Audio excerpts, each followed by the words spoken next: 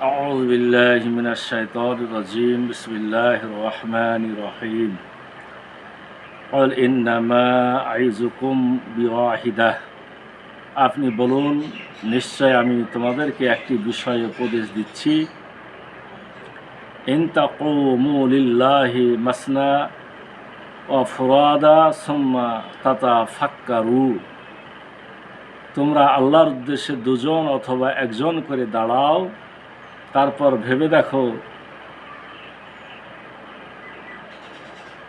মা বিসাহিবিকুম মিন জিন্নাহ তোমাদের সাথীর সাথে জিনের কোনো স্পর্শ নেই ইন হুয়া ইল্লা নাজিরুল লাকুম বাইনা ইয়াদাই আযাবিন শাদীদ তিনি কেবলমাত্র আসন্ন বিপদ সম্পর্কে তোমাদের সতর্ককারী ক্বাল মা সাআলতুকুম মিন আজরি ফাহুয়া লাকুম আপনি বলুন তোমাদের কাছে আমি কোনো বিনিময় দাবি করি না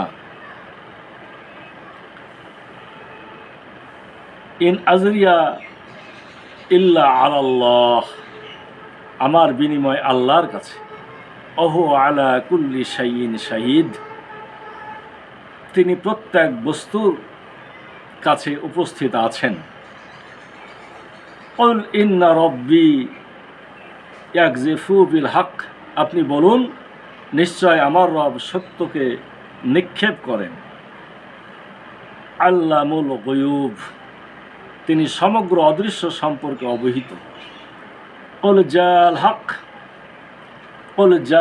হক আমা ইউবদিউল বাতিলু আমা ইউইদু আপনি বলুন সত্য এসেছে মিথ্যা কিছু সৃষ্টি করতে পারে না এবং ফিরে আসতেও পারে না কুল ইন দালালতু ফাইন্নামা আদিল্লু আলা নাফসি আপনি বলুন যদি আমি বিপদগামী হয়ে থাকি তবে বিপদগামী হওয়ার পরিণাম আমার উপরেই আসবে ও ইনহে তাদাইতু ফাবিমা ইউহি ইলাইয়া রব্বি এবং যদি আমি সৎপথে থেকে থাকি তবে তা আমার রবের ওহির কারণে ইন্নাহু সামিউন করিব তিনি শ্রবণকারী এবং অতি নিকটে আলাউ তারা ইজ ফাজিউ ফালা ফাউতা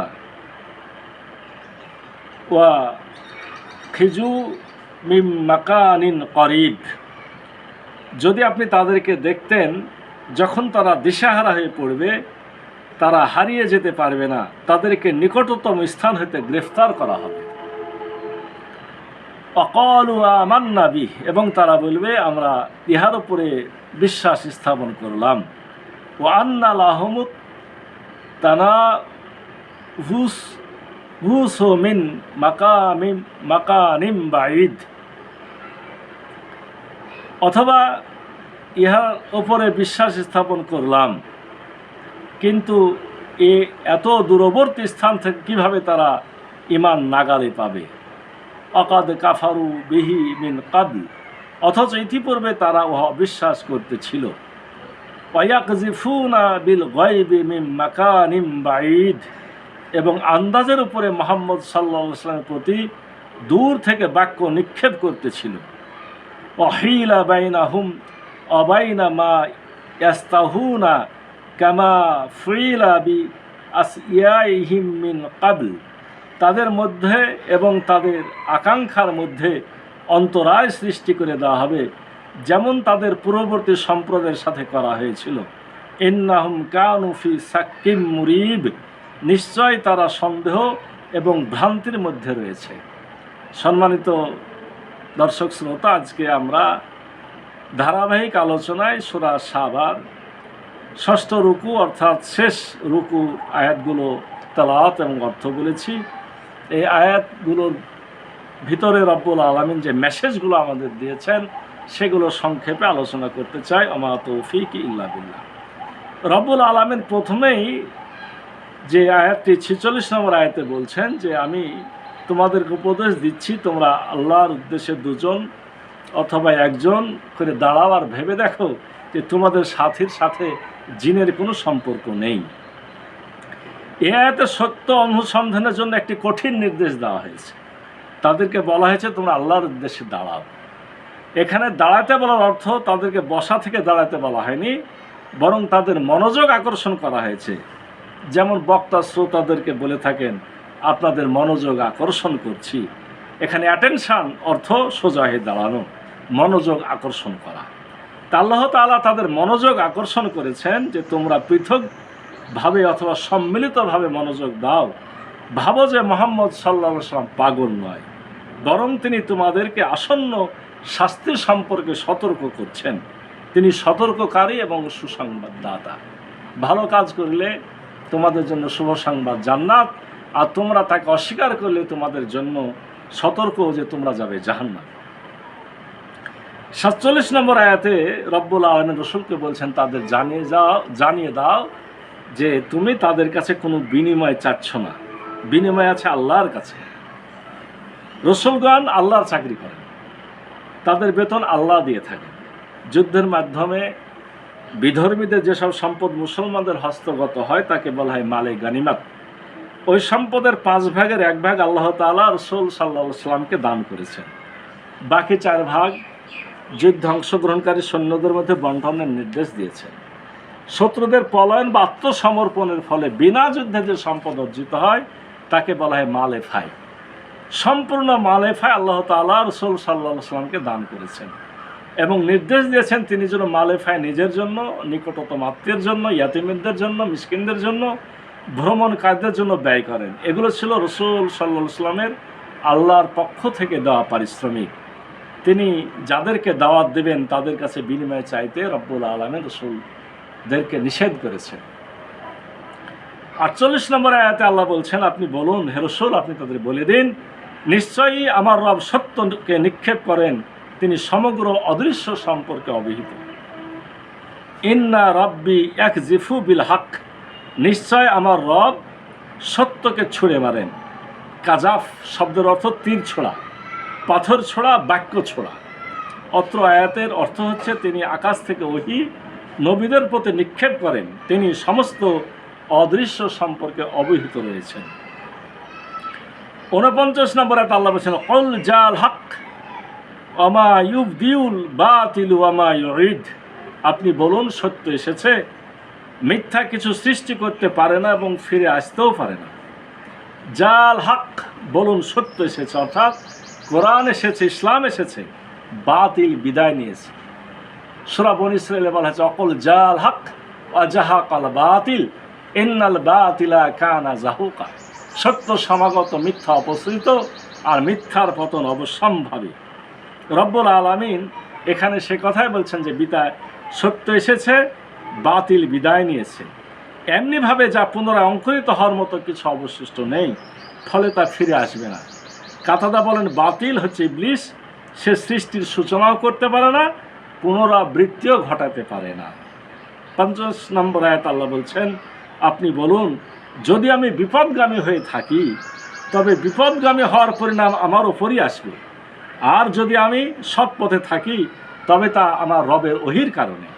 যে ওহী তিনি আমার কাছে প্রেরণ করে থাকেন তিনি শ্রবণকারী অতি নিকটে। মক্কার কাফের মুশরিকরা বলতো, মুহাম্মদ সাল্লাল্লাহু আলাইহি সাল্লাম তুমি বিপদগামী হয়েছ, কেননা তুমি তোমার বাপদাদার দিনকে ত্যাগ করেছ। আল্লাহ তাআলা এখানে জবাবে বলছেন, হে রাসূল আপনি বলে দিন, আমি বিপদগামী হয়ে থাকলে তোমাদের চিন্তার কোনো কারণ নেই। আমি বিপদগামী হয়ে থাকলে তার পরিণাম আমার ওপরই আসবে, এবং যদি আমি সত্যের ওপরে প্রতিষ্ঠিত থেকে থাকি তবে তা আল্লাহর ওহী তথা কোরআনের মাধ্যমে, যে কোরআন ওহীর সাহায্যে আমার কাছে প্রেরণ করা হয়েছে। 51 নম্বর আয়াত আল্লাহ বলছেন, যদি আপনি তাদেরকে দেখতেন যখন তারা দিশেহারা হয়ে পড়বে, তারা হারিয়ে যেতে পারবে না, তাদেরকে নিকটতম স্থান হতে গ্রেফতার করা হবে। অর্থাৎ হাসরের ময়দানে মানুষ সমবেত হওয়ার ৭০ বছর পরে রব্বুল আলামিন বিচারের সিংহাসন নিয়ে ময়দানে অবতরণ করবেন। তখন হাসরের ময়দানে ফেরেশতার সংখ্যা থাকবে মানুষের 7 গুণ। প্রত্যেক মানুষকে 7 জন ফেরেশতা বেষ্টন করে থাকবে। এদের মধ্য হতে 2 জন তাকে গ্রেপ্তার করে আল্লাহর কাছে নিয়ে যাবে। তাই গ্রেপ্তারকারী ফেরেশতারা কাছে থাকবে এবং নিকট হতেই তাদেরকে গ্রেফতার করা হবে। আগে থেকেই তো বেষ্টিত আছে, তাদের মধ্য থেকে 2 জন নিকট থেকে তাকে গ্রেপ্তার করে আল্লাহর সামনে হাজির করবে।